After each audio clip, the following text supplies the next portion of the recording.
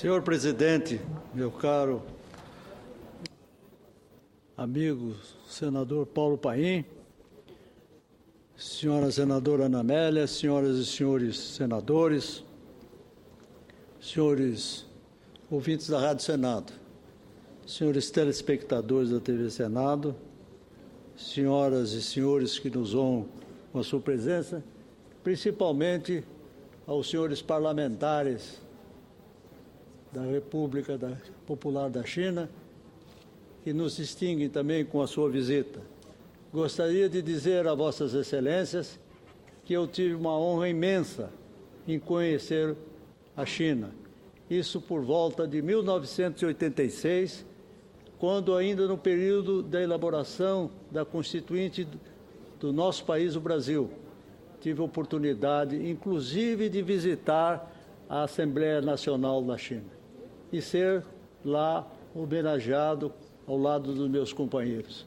Essa distinção eu gostaria de retribuir a Vossas Excelências, não só por esse fato, mas pela imagem altamente positiva que trouxe e guardo do seu país. Minhas homenagens pessoais a todos os senhores parlamentares chineses. Mas, senhor presidente,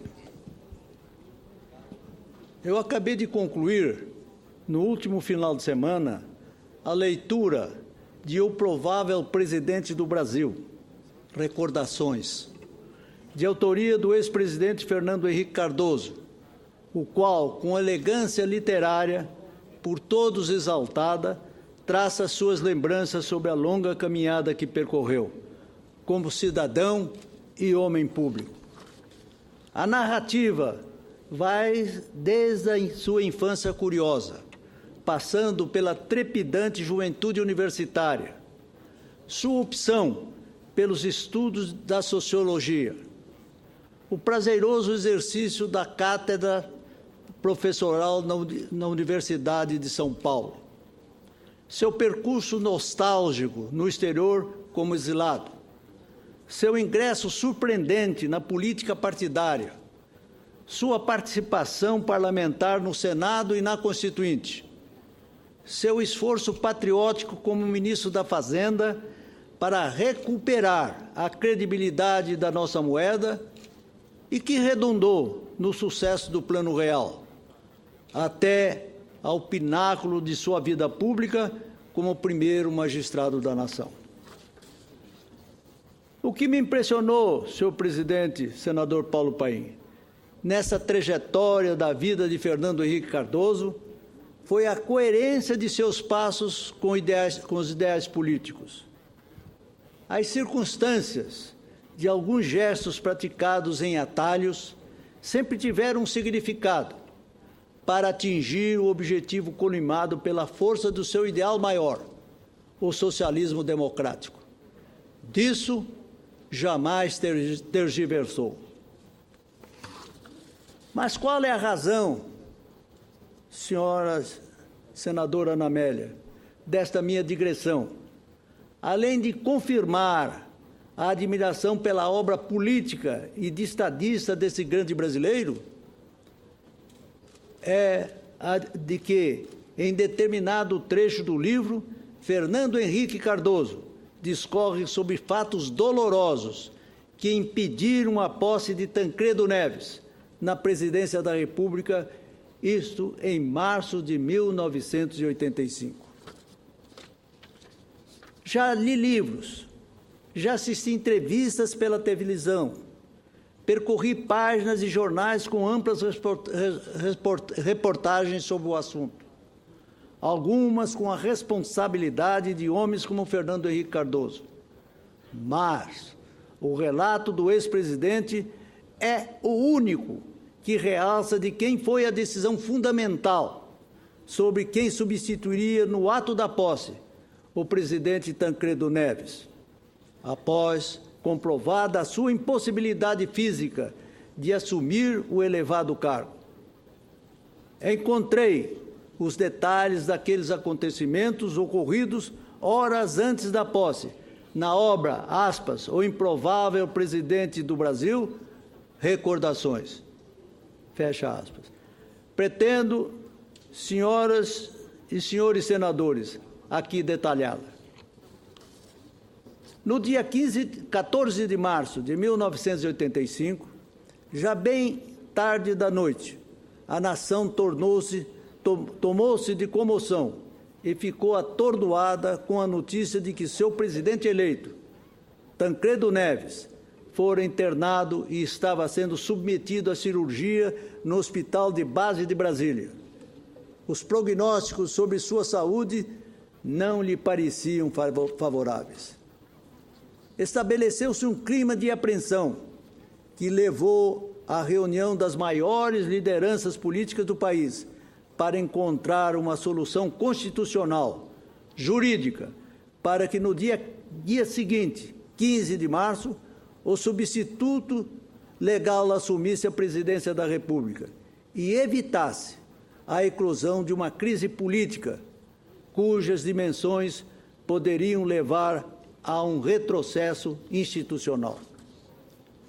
Duas hipóteses surgiram: a posse provisória do presidente da Câmara, Ulisses Guimarães, ou a do vice-presidente eleito com Tancredo Neves, o nosso atual senador eminente, senhor José Sarney. Do Hospital de Base, onde se encontravam aquelas lideranças, elas se deslocaram à residência do então chefe da Casa Civil do presidente da República, à época João Figueiredo, cujo mandato se extinguiria com a posse do novo chefe do Executivo Federal. A visita era ao ministro Leitão de Abreu, jurista respeitado. No trajeto e lá, a troca de ideias levava a um impasse, e nelas destacavam-se as de Ulisses Guimarães, do general Leônidas Pires Gonçalves, já considerado o novo ministro do Exército, e a do senador José Fragelli, presidente do Senado e do Congresso Nacional. Em todas essas tratativas, presente o senador Fernando Henrique Cardoso. Daí a fidedignidade do esclarecimento de um importante detalhe, que ainda em vida, o saudoso senador José Fragelli, querido amigo e companheiro de tantas peleias políticas eleitorais em meu estado, Mato Grosso do Sul, honrou-me relatar. Fato cuja importância histórica ressalto, porque não veio a lume no contexto de todas as informações sobre o que especificamente ocorreu na residência do ministro Leitão de Abreu e que definiu o procedimento constitucional e regimental para o importante ato de posse que se seguiria no Congresso Nacional, aqui nesta casa. Já na madrugada do dia 15, data fatal, o senador José Fragelli, para quem não sabe, homem que dignificou sua vida por atividades firmes e resolutas, respaldado por uma sólida consciência jurídica de cultor do direito, dirigiu-se aos seus ilustres circundantes para dizer-lhes que, na condição de presidente do Congresso Nacional, e a quem cabia dar posse ao substituto do presidente impedido, face àquele vácuo institucional, daria posse ao vice-presidente eleito José Sarney. Era a voz da autoridade constitucional, e assim se cumpriu. Dos principais relatos sobre aqueles momentos cruciais que determinaram o início do processo de restabelecimento da democracia em solo pátrio e de conhecimento geral, os feitos pelo general Leônidas Pires Gonçalves, pelo falecido advogado Saulo Ramos e pelo ex-presidente Fernando Henrique Cardoso, ressalto este último, porque Fernando Henrique deu as tintas para que eu pudesse pintar com as cores da realidade a presença marcante do senador José Fragelli na decisão de um episódio até aqui omitido à opinião pública. Creio que com o esclarecimento da verdade que presto desta tribuna do Senado, está assegurado o registro que poderia ficar mais tempo, que não poderia ficar mais tempo no limbo deste universo, que é a história ainda recente do nosso país. Senhor presidente e senador Paulo Paim, esse relato eu fiz questão de fazê-lo, uma homenagem póstuma a um grande cidadão desse país, que foi José Manuel Fontanilhas Fragelli, que presidiu esta casa e que a dignificou. Fragelli tem uma tradição na história de Mato Grosso Uno e do meu Mato Grosso do Sul, pelo muito que ele fez pela sua comunidade. Foi promotor de justiça, foi deputado estadual constituinte, foi deputado federal, foi governador do Estado, senador da República, foi membro da Academia Sul-Mato Grossense de Letras. Em todos os passos que deu na vida pública, sempre a dignificou. Pelo muito que conheço dele, posso assegurar a Vossas Excelências que a sua atuação teve características de um estadista. Mato Grosso do Sul e Mato Grosso se honram muito da figura de José Fragelli.